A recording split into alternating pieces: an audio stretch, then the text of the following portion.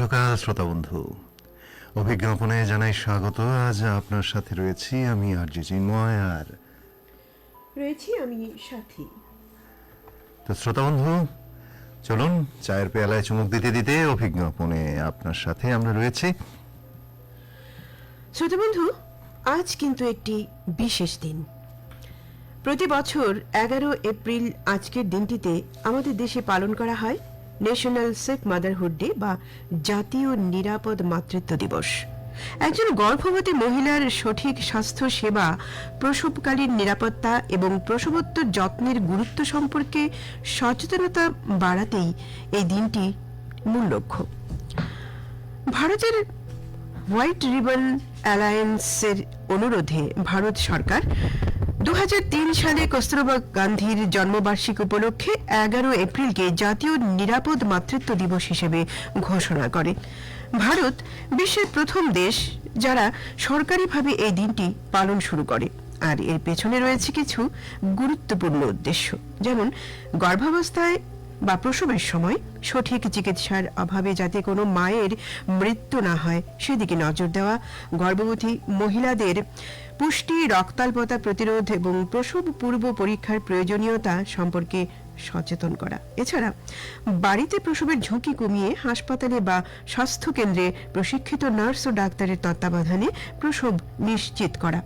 এছাড়া সন্তান জন্মের পর মা ও শিশুর স্বাস্থ্যের যত্ন নেওয়া এবং টিকাকরণ নিশ্চিত করা। একজন সুস্থ মা ও সুস্থ শিশুর জন্য পর্যাপ্ত পুষ্টি, নিয়মিত চেক আপ ও মানসিক স্বাস্থ্যের যত্ন নেওয়া অত্যন্ত জরুরি। আর নিরাপদ মাতৃত্ব নিশ্চিত করতে ভারত সরকার জননী সুরক্ষা যোজনা, প্রধানমন্ত্রী নিরাপদ মাতৃত্ব অভিযানের মতো বিভিন্ন প্রকল্প পরিচালনা করে। নিরাপদ মাতৃত্ব কেবল একজন নারীর অধিকার নয়, এটি একটি সুন্দর ও সুস্থ সমাজের ভিত্তি। তাই আজকের এই দিনে আমাদের অঙ্গীকার হওয়া উচিত প্রতিটি মায়ের জন্য নিরাপদ প্রসব এবং উন্নত স্বাস্থ্য সেবা নিশ্চিত করা।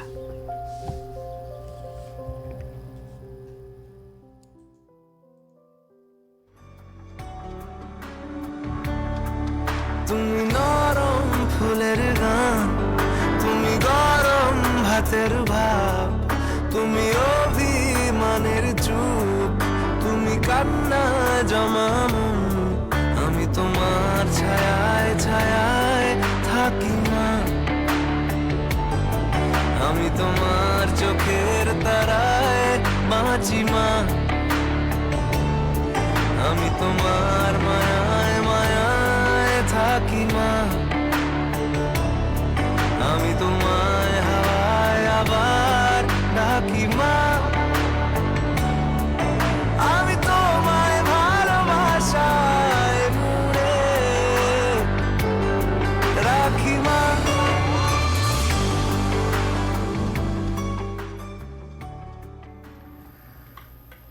শ্রোতা বন্ধু, আজ 11 এপ্রিল। তো ইতিহাসের পাতায় কিছু বিশেষ বিশেষ ঘটনাবলী রয়েছে, যেগুলো শোনাচ্ছি এবার। 1857 সালে কালীপ্রসন্ন সিংহের বিদ্যোৎসহিনী সভায় তৃতীয় নিবেদন বিদ্যোৎসহিনী থিয়েটার, এই থিয়েটারে সর্বপ্রথম অভিনীত হয় ভট্টনারায়ণ রচিত বেনি সংহার নাটকের বাংলা অনুবাদ আজকের দিনেই। এর বাংলা অনুবাদক ছিলেন রামনারায়ণ তর্করত্ন। এছাড়াও আজকের দিনে 1931 সালে প্রথম বাংলা সবাক চলচ্চিত্র জামাই ষষ্ঠী মুক্তি পায় ক্রাউন সিনেমা হলে। এই ছবির প্রযোজক ম্যাডান কোম্পানি, কাহিনী ও পরিচালনায় ছিলেন অমর চৌধুরী। 1915 খ্রিস্টাব্দে চার্লি চ্যাপলিন অভিনীত চলচ্চিত্র দ্য চ্যাম্পিয়ন মুক্তি পেয়েছিল আজকের এই দিনে। 2000 খ্রিস্টাব্দে এই দিনে ভারতের লোক সংখ্যা 100 কোটিরও বেশি অতিক্রম করে। আর 1904 খ্রিস্টাব্দে সঙ্গীত শিল্পী কুন্দনলাল সাইগল জন্মগ্রহণ করেছিলেন আজকের দিনে। 1869 সালে জন্মগ্রহণ করেন আজকের এই দিনে কস্তুরবা গান্ধী। শ্রোতাবন্ধু, এবারে চিঠি পাঠের পর্ব।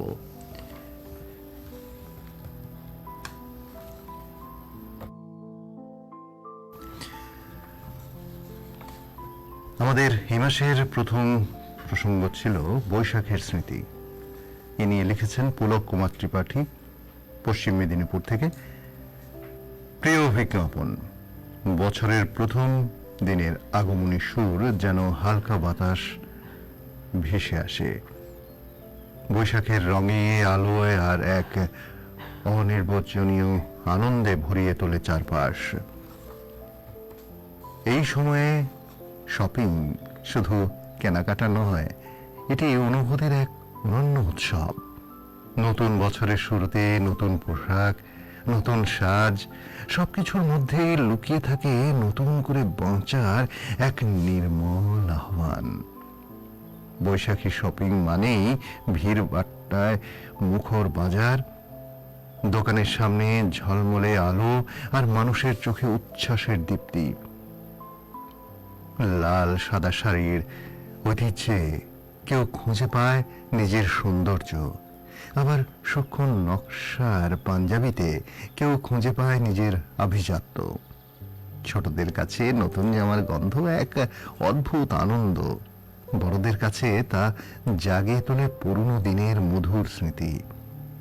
দোকানদারের আন্তরিক হাসি, দর কষাকষির মিষ্টি টানাপোড়েন আর হাতে ভরা কেনাকাটার ব্যাগ, এইসব মুহূর্ত জীবনের ছোট ছোট সুখকে বড় করে তোলে। যেন এই শপিং এর মধ্যে দিয়ে বাংলা বছরকে আমরা বরণ করে নিই। শেষমেশ বৈশাখী শপিং শুধু বাহ্যিক সাজ নয়, এটি অন্তরেরও এক নবজাগরণ।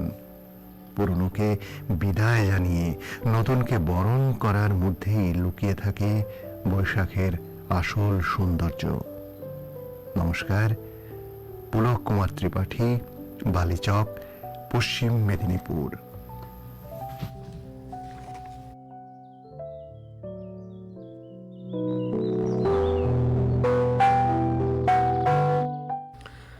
শ্রোতাবন্ধু, এবার যে চিঠিটি পড়ব সেটি লিখেছেন কেকা চৌধুরী, হুগলি থেকে। প্রিয় বিজ্ঞাপন, এক বৈশাখে দেখা হলো দুজনার, হয়তো এখনো হয় দেখা। প্রতিটি নতুন বছরের প্রথম মাস এলেই গন্ধরাজ, চাঁপা, বেল, জুই, বকুলের গন্ধ মেখে সামনে এসে দাঁড়ায় আমার ফেলে আসা দিনের অম্ল মধুর স্মৃতি। পয়লা বৈশাখে নতুন জামা না পেলেও নতুন ক্যালেন্ডার আর মিষ্টির প্যাকেটের অপেক্ষায় প্রহর গুনতাম আমরা।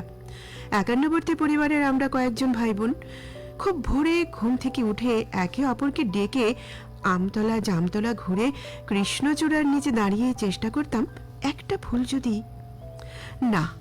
ব্যর্থ মনোরথে বাড়ি ফিরে পড়তে বসা আর পাড়ার রবীন্দ্র জয়ন্তীর অনুষ্ঠানের জন্য দুলে দুলে মুখস্থ করতাম আমাদের ছোট নদী চলে আঁকে বাঁকে।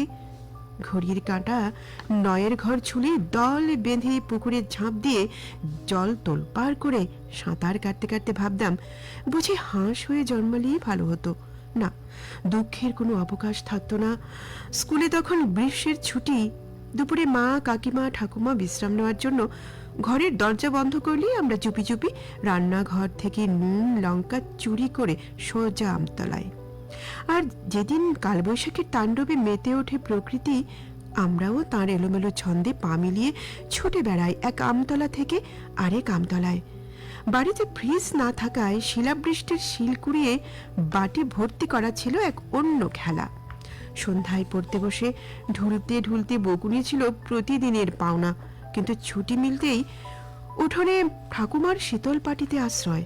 জানো বন্ধু, আকাশে ঘোলাটে চাঁদ, স্নিগ্ধ সমীরণে গা ছমছমে ভূতের গল্প শোনার সেই বৈশাখী সন্ধ্যা আজও ফিরে পেতে ইচ্ছে করে। ভাগ্যিস সে সময় না ছিল টেলিভিশন, না ছিল মুঠোফোন, তাই এমন অমূল্য মণিমুক্তা হৃদয়ের সিন্ধুকে আজও সযত্নে সঞ্চিত আছে। দেখতে দেখতে এসে যেত বহু প্রতীক্ষিত 25শে বৈশাখের অনুষ্ঠান। মঞ্চে উঠে কবিতা ভুলে সে এক কাণ্ড, তখন ভীষণ লজ্জা পেলেও এখন সেই ভুল কৃষ্ণচূড়া হয়ে দোল খায় মনের উঠোনে। কেকা চৌধুরী, হরিপাল, হুগলি।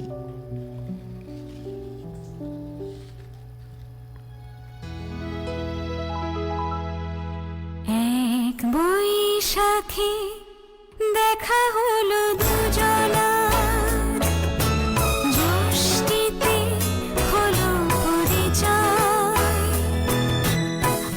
আসছে আষাঢ় মাস, মন তাই ভাবছি কি হয় কি হয়, কি জানি কি হয়।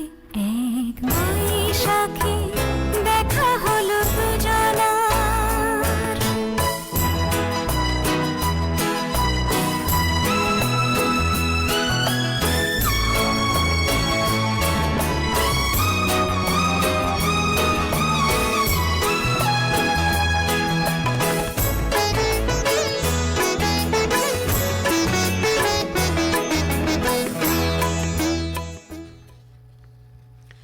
শ্রোতাবন্ধু, এবারে যে চিঠিটি পড়ব সেটি লিখেছেন সুষমা বন্দ্যোপাধ্যায়, পশ্চিম মেদিনীপুর থেকে। বৈশাখীর স্মৃতি বিষয়ে তিনি লিখেছেন, প্রিয় অভিজ্ঞাপন, ঋতু আসে ঋতু যায়, চৈত্র পেরিয়ে বৈশাখ আসে, মনের মাঝে আনন্দের ডঙ্কা বেজে ওঠে। চোখ চলে যায় বনের শাখে, আমের গন্ধে মৌমাছি হানা দেয় দুই বেলা। বৈশাখী বেলা কখনো মেঘ, কখনো ঝলমলে রোদ্দুর হয়ে ঝরে পড়ে বহমান জীবনে। বৈশাখ মানেই সাজো সাজো রব, ঘরবাড়ি সাজানো থেকে শুরু করে নতুন পোশাকের আড়ম্বর, সবকিছু মিলিয়ে কেমন যেন এক নব আনন্দে জাগো নব রবি কিরণে। পুরাতন যত কিছু জীর্ণ আবর্জনা সরিয়ে নতুনের আলিঙ্গন। বৈশাখ যেন আম, জাম, কাঁঠাল, তরমুজ, লিচু সব মিলিয়ে এক রসে বসে থাকার আমন্ত্রণ। তারই মাঝে থেকে থেকে মেঘের আনাগোনা, বজ্রের হুঙ্কার, আকাশ যেন তার জীর্ণ আবর্জনা ধুয়ে মুছে দিয়ে ঝরে পড়ে আনন্দধারা হয়ে। তাই বৈশাখ যেন আনন্দধারা হয়ে বহিছে জীবনে, এক নব সূচনা হয়ে আমাদের জীবনকে নবদিগন্তে এগিয়ে নিয়ে চলে। তেমন একটি সময় এসেছিল জীবনের আঙিনায়। সময়টা ছিল বৈশাখ মাস। আমন্ত্রণ এলো মামির বোন মাসির বাড়ি বেড়াতে যাবার। তখন বোধহয় ষষ্ঠ বা সপ্তম শ্রেণীর ছাত্রী। মনে আহ্লাদে আটকানা। সবুজ ধান জমির সেই মেঠো আলপথ, তালগাছের শাড়ি, আর সেই চিরাকাঙ্ক্ষিত আম, জাম, খেজুরের বাগান। মাটির লেপনে দোতলা বাড়ি, সিঁড়ি, ধানের গোলা অবাক হয়ে দেখেছিলাম। বৈশাখী বেলায় বাড়ি পৌঁছতেই মাসি এক বাটি মুড়ি সাথে এক থালা আম খেতে দিলেন। আম পেয়ে তো আহ্লাদে আটকানা, মাসির আদর বলে কথা। পুকুরের তাজা মাছ, বাগানের তোলা সবজি, আর খাওয়ার সাথে জামবাটিতে ভরা রসালো আনারসের গন্ধে মন ভরে উঠেছিল। দুটো দিনের বেড়াতে আসার আনন্দ সারা জীবনের সঞ্চিত সম্পদ হয়ে থেকে গেল মনের গহীন কোণে। আজ লিখতে বসে তা সার্থক হলো। বৈশাখী শুভেচ্ছায় সুষমা বন্দ্যোপাধ্যায়, হিজলি, খড়গপুর, পশ্চিম মেদিনীপুর। আমাদের এই মাসের দ্বিতীয় বিষয় ছিল সম্পর্ক সংকট। এ নিয়ে লিখেছেন অনিতা চৌধুরী, হুগলি থেকে। প্রিয় অভিজ্ঞাপন, সম্পর্ক হলো দুই বা ততোধিক মানুষের মধ্যে যোগ, কখনো রক্তের, কখনো বন্ধুত্বের। সম্পর্কের যোগ সাজসে মানুষের জীবন প্রবাহ অতিবাহিত হয়। ভাবনা, চিন্তা, লেনদেন, ভালোবাসার আঙ্গিকে সুষম সম্পর্ক ডালপালা মেলে। আবার উল্টোটায় উল্টো। অস্থির সময়ে সম্পর্ক সংকটে মানুষ জেরবার। তার প্রধান লক্ষণ হল সঙ্গীর প্রতি সন্দেহ বা ভয় কাজ করা। আবার যোগাযোগের অভাবে একে অপরের সঙ্গে মন খুলে কথা না বলা বা নীরব দূরত্ব মেনটেন করা সম্পর্কের চিড় ধরায়। ছোটখাটো বিষয় নিয়ে মতের মিল না হওয়া এবং সমঝোতা না করা, অপ্রীতিকর আচরণ নিয়ে মিথ্যা বলা বা ব্যক্তিগত তথ্য গোপন করা বা তুলনা করা, যা সম্পর্ককে নষ্ট করে। মানসিক দূরত্বে একসঙ্গে থেকেও আগের আন্তরিকতা অনুভব না করা মানে সম্পর্ক তলানিতে ঠেকা। অতিরিক্ত লোক দেখানো ব্যাপারটি সম্পর্ক ভাঙনের কারণ হতে পারে। এই সংকটগুলি দীর্ঘস্থায়ী হলে সম্পর্কের স্থায়িত্ব ঝুঁকির মুখে পড়ে। বন্ধু, বর্তমান যুগে সম্পর্কের ভিতে যতই সার জল দাও না কেন, সম্পর্ক যেন চিনে খেলনার মতো হয়ে গেছে। সম্পর্কের স্থায়িত্ব দিনে দিনে কমে আসছে। সবচেয়ে মধুর আত্মার সম্পর্ক মা সন্তানের, আজ সেটা কোথায় গিয়ে পৌঁছেছে বলো? বড় ভাবায়। বৃদ্ধ বয়সে যখন মা বাবা আপনজনের সান্নিধ্য চায়, তখন সন্তান নানা অজুহাত দেখিয়ে তাকে পাঠায় বৃদ্ধাশ্রমে। এই সম্পর্ককে তুমি কি বলবে? নমস্কার, অনিতা চৌধুরী, অমূল্য কানন, শ্রীরামপুর, হুগলি।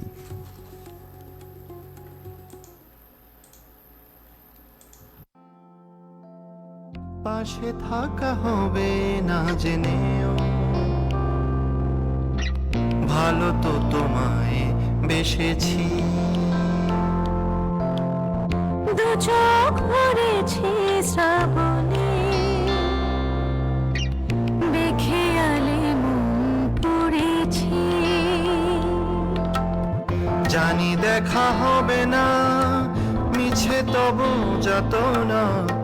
জানি দেখা হবে না, মিছে তবু যাতনা। পড়ে আছো স্মৃতিতে, তা নিয়ে বাঁচে। পাশে থাকা হবে না জেনেও, ভালো তো তোমায় বেসেছি। শ্রোতা বন্ধু, এবারে চলে যাচ্ছি কিছু গুরুত্বপূর্ণ তথ্যে। কেন্দ্রীয় মহিলা ও শিশু বিকাশ মন্ত্রক দেশ জুড়ে পুষ্টির মান উন্নয়নের লক্ষ্যে এবং অপুষ্টি দূরীকরণের অঙ্গীকার নিয়ে 2026 সালের 9 এপ্রিল থেকে 23 এপ্রিল পর্যন্ত 8ম পোষণ পাখওয়াড়া উদযাপনের ঘোষণা করেছে। এবছরের পোষণ পাখওয়াড়ার মূল প্রতিপাদ্য বিষয় হল জীবনের প্রথম 6 বছরে মস্তিষ্কের বিকাশকে সর্বোচ্চ পর্যায়ে নিয়ে যাওয়া। পোষণ পাখওয়াড়া কেবল একটি সরকারি প্রচার নয়, এটি একটি জন আন্দোলন। ভারতের ভবিষ্যৎ প্রজন্মকে স্বাস্থ্যবান, বুদ্ধিদীপ্ত এবং ক্ষমতায়িত করার জন্য 2026 সালের এই উদ্যোগটি অত্যন্ত গুরুত্বপূর্ণ ভূমিকা পালন করবে বলে মনে করা হচ্ছে। জানিয়ে দিচ্ছি আরও একটি তথ্য। ত্রিপুরার বিভিন্ন ডিপ্লোমা ইঞ্জিনিয়ারিং কলেজগুলিতে 2026 শিক্ষাবর্ষে প্রথম সেমিস্টারে ভর্তির জন্য আগ্রহী সকল প্রার্থীদের অবগতির জন্য জানানো হচ্ছে, DEET 2026 পরীক্ষার অনলাইন আবেদনের গ্রহণের সময়সীমা বর্ধিত করা হয়েছে। আবেদনের বর্ধিত সময়সীমা 16/4/2026 থেকে 30/4/2026 পর্যন্ত বাড়ানো হয়েছে। আর আবেদনের অফিসিয়াল ওয়েবসাইটটি হল www.deet.tripura.gov.in।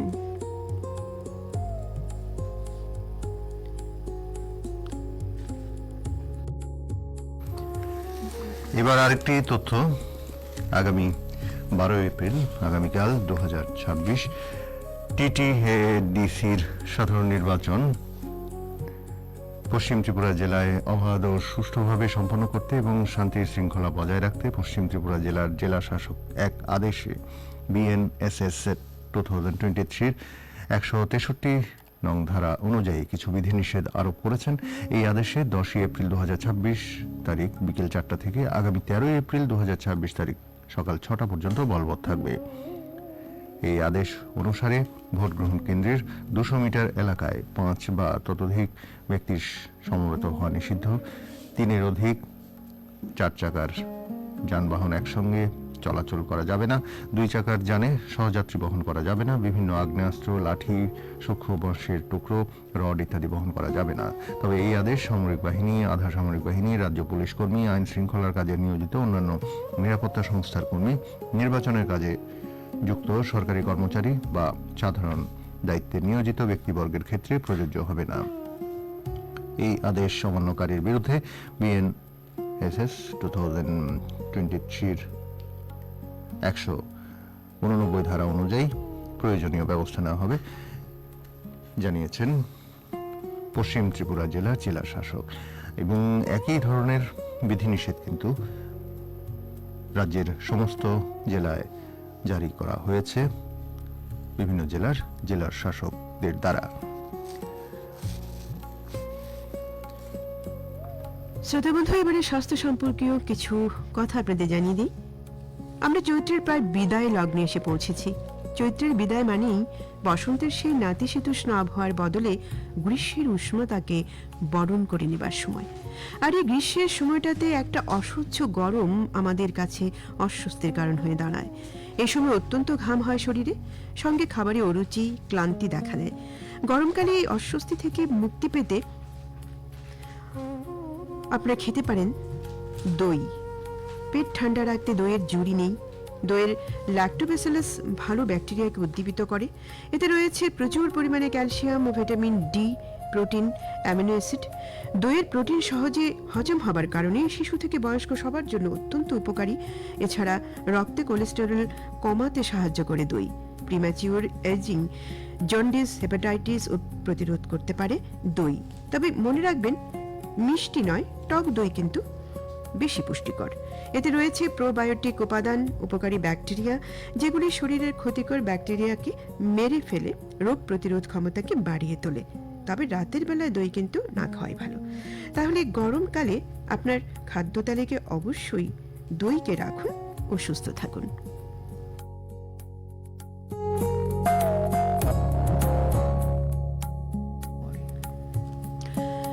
শ্রোতা বন্ধু, এবারে জানিয়ে দিচ্ছি কর্মপ্রার্থী বন্ধুদের জন্য কাজের খবর। বহির্রাজ্যে কোঅপারেটিভ ব্যাংকে ম্যানেজার, জুনিয়র ম্যানেজার পদে নিয়োগের জন্য অনলাইনে দরখাস্ত জমা নেওয়া হচ্ছে। মোট শূন্য পদ 116টি। শিক্ষাগত যোগ্যতা BA, BCom, BSc, BTech, BBA. বয়স হতে হবে 21 থেকে 40 বছরের মধ্যে। সংরক্ষিত ক্ষেত্রে নিয়ম অনুযায়ী ছাড় দেওয়া হবে। অনলাইন আবেদনের শেষ তারিখ কিন্তু 15 এপ্রিল 2026।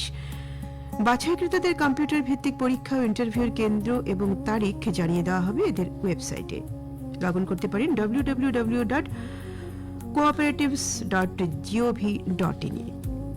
আরও একটি কাজের খবর জানিয়ে দিচ্ছি। BSNL a senior executive trainee পদে নিয়োগের জন্য অনলাইনে আবেদনপত্র জমা নেওয়া হচ্ছে। শূন্য পদ 120টি। শিক্ষাগত যোগ্যতা বিএ, বিটেক হতে হবে। বয়স 21 থেকে 30 বছর। আর সংরক্ষিত ক্ষেত্রে যথারীতি ছাড় রয়েছে। অনলাইনে আবেদনের জমা দেওয়ার শেষ তারিখ 15 এপ্রিল পর্যন্ত বাড়ানো হয়েছে। বাছাইকৃতদের কম্পিউটার ভিত্তিক পরীক্ষা কেন্দ্র আগরতলা সহ সারা দেশে শতাধিক শহরে। তবে বিস্তারিত জানানো হবে কল লেটারে। এছাড়া লগ ইন করতে পারেন বিএসএনএল এর ওয়েবসাইট www.bsnl.co.in এ। তো এই ছিল দুটি কাজের খবর কর্মপ্রার্থী বন্ধুদের জন্য। এছাড়াও শ্রোতাবন্ধু, জুলাই 2026 সেশনে এইমস নতুন দিল্লি এবং অন্যান্য এইমস, পিজিআইএ, এইমার, নিমহান্স, জিপমার এবং STIMSTতে পোস্ট ডক্টরাল ডিএম, এমসিএইচ 3 বছরের কোর্সগুলোতে ভর্তির লক্ষ্যে প্রবেশিকা পরীক্ষার জন্য all India institute of medical science নতুন দিল্লি অনলাইনে আবেদনপত্র আহ্বান করেছে। আবেদনপত্র জমা দেওয়ার শেষ তারিখ আগামী 13 এপ্রিল বিকেল 5টার মধ্যে। প্রসপেক্টাস, বিস্তারিত তথ্য ইত্যাদির জন্য দেখুন ওয়েবসাইট www.aimsexams.ac.in। পরবর্তী সকল সংযোজনী আপডেটগুলো শুধুমাত্র ওয়েবসাইটেই আপলোড করা হবে। আবেদনকারীগণ নিয়মিত ওয়েবসাইট দেখবেন। এবার আবহাওয়ার বিজ্ঞপ্তি।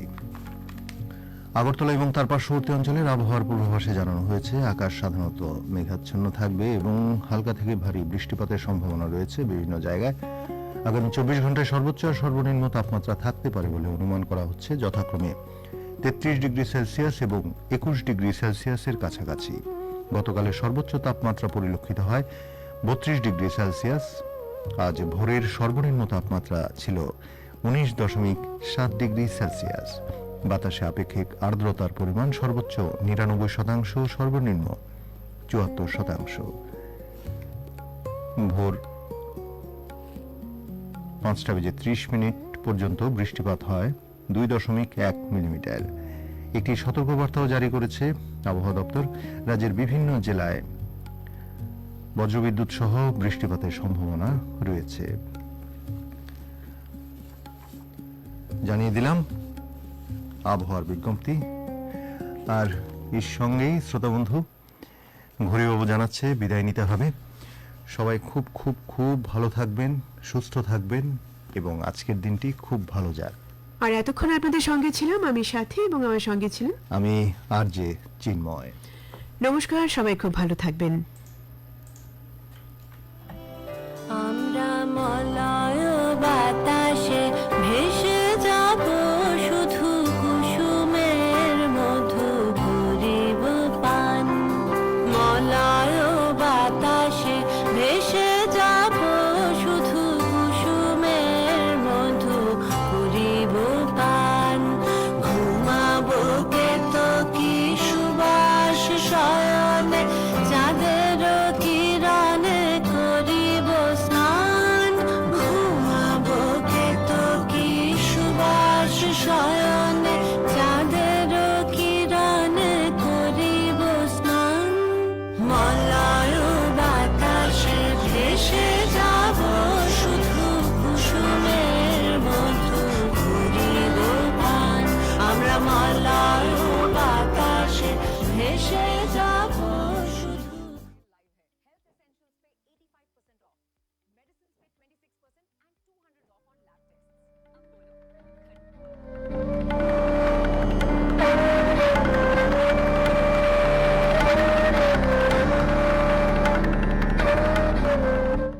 আকাশবাণী আগরতলা। এখন দিল্লি কেন্দ্র থেকে প্রচারিত হচ্ছে ইংরেজি সংবাদ, এবং এর পরে শুনবেন শিলং কেন্দ্রের উত্তর পূর্বাঞ্চলীয় ইংরেজি সংবাদ।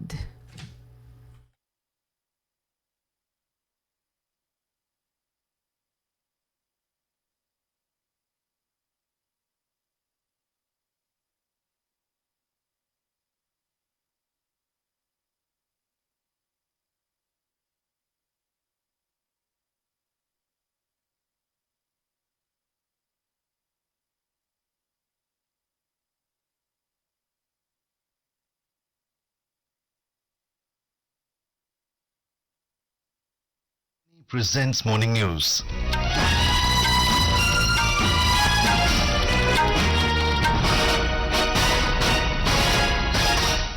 Good morning, I am VC Pramod. The headlines. Nation pays homage to social reformer Mahatma Jyotiba Phule on his birth anniversary today. Telangana declared Nakshal-free after 42 cadres surrender. US and Iran to hold direct talks in Islamabad today to end West Asia conflict. NASA's Artemis 2 astronauts return to Earth, ending record-breaking trip around Moon. ISRO successfully conducts second integrated airdrop test for upcoming Gaganyaan mission. Asian Development Bank raises India's growth forecast for current financial year from 6.5% to 6.9%. And in IPL cricket, Rajasthan Royals beat Royal Challengers Bengaluru by 6 wickets in Guwahati. The nation pays homage to social reformer and activist Mahatma Jyotiba Phule on his birth anniversary today. Born on this day in 1827, Mahatma Phule, along with his wife Savitri Phule, had championed the cause of women's education and empowerment, besides fighting for removal of caste system and untouchability. More from our correspondent. Jyotirao Govindrao Phule, popularly known as Mahatma Jyotiba Phule, was a visionary social reformer who played a crucial role in challenging the rigid caste system and championing education and equality for women and marginalized communities in India. Phule worked as a contractor in Pune's public work departments using his financial independence to fund social reforms, including establishing schools and holding public awareness events. In 1873, he founded the Satyashodak Samaj to advocate for the rights of oppressed communities. Jyotiba Phule's ideology was rooted in equality, justice and rationalism. His relentless pursuit of social justice and empowerment left an indelible mark on Indian society. President Draupadi Murmu, Vice President C.P. Radhakrishnan, Prime Minister Narendra Modi, Lok Sabha Speaker Om Birla and other prominent parliamentarians will pay floral tributes to Jyotiba Phule at Prerna Sthal in Parliament House premises today. A number of functions have been organized across the country to mark this occasion. Shiva Mishra, Akashvani News, Delhi. Telangana has been declared Nakshal-free following the surrender of 42 cadres. Telangana DGP B. Shivadhar Reddy announced that the state is now free of armed Maoist presence after 42 cadres of the Communist Party of India Maoist, including PLGA commander Sodi Malla, surrendered. The DGP said Telangana State Committee has been completely dismantled. Mr. Reddy said 42 Maoists surrendered along with 36 firearms, including 5 AK-47 rifles, 4 SLR rifles, 2 country-made grenades, 1,007 live rounds of ammunition of various calibers, and 800 grams of gold. The DGP said police are taking the help of surrendered Maoists to detect IEDs planted by ultras in different areas and remove them. A total of 761 Maoists have surrendered to Telangana police between 2024 and 2026, along with 302 firearms. The United States and Iran will hold direct talks in Islamabad today to end weeks of conflict in West Asia region. The U.S. delegation will be led by Vice President J.D. Vance alongside U.S. President Donald Trump's special envoy Steve Witkoff and advisor Jared Kushner. Iran will be represented by Parliament Speaker Mohammad Bagher Ghalibaf. He is among the highest-ranking officials remaining in leadership following Israeli strikes that reportedly killed several senior figures, including Supreme Leader Ayatollah Ali Khamenei. Talks are expected to focus on Iran's nuclear enrichment program, ballistic missile development, and the Strait of Hormuz, where hundreds of oil tankers remain stranded or delayed. A report. The negotiations follow a 2-week ceasefire window announced by President Trump after what the administration described as a decisive military campaign against Iran. The strategic Strait of Hormuz remains a key point of tension. Iran is also seeking guarantees of a more permanent end to hostilities beyond the limited ceasefire framework currently on offer from the US. Tehran has proposed a 10-point framework calling for control over the Strait of Hormuz, withdrawal of US forces from regional bases, recognition of its right to enrich uranium, and an end to Israeli strikes on Hezbollah in Lebanon. US officials have said the proposal is not aligned with Washington's position, though President Trump has described it as a workable basis on which to negotiate. A White House official, however, said key demands fall outside the US framework. Washington had earlier circulated a 15-point proposal addressing nuclear and missile restrictions as well as maritime security. In addition to US-Iran talks, Israel-Lebanon negotiations are also expected to begin next week at the State Department in Washington, a potential boost to West Asia ceasefire efforts. Chirag Jha, Akashvani News, Delhi. The 4 crew members of NASA's Artemis 2 moon mission returned to Earth early this morning with a splashdown in the Pacific Ocean. It was a triumphant homecoming for the crew of 4 whose record-breaking lunar flyby revealed not only swaths of the moon's far side that is never seen before by human eyes, but a total solar eclipse as well. A report. Commander Reed Wiseman, pilot Victor Glover, Christina Koch and Canada's Jeremy Hansen hit the atmosphere traveling 33 times the speed of sound, a blistering blur not seen since NASA's Apollo moonshots of the 1960s and 1970s. Their Orion capsule, dubbed Integrity, made the plunge on automatic pilot. The tension in mission control mounted as the capsule became engulfed in red-hot plasma during peak heating and entered a planned communication blackout. All eyes were on the capsule's life-protecting heat shield that had to withstand thousands of degrees during re-entry. The recovery ship USS John P. Martha awaited the crew's arrival off the San Diego coast along with a squadron of military planes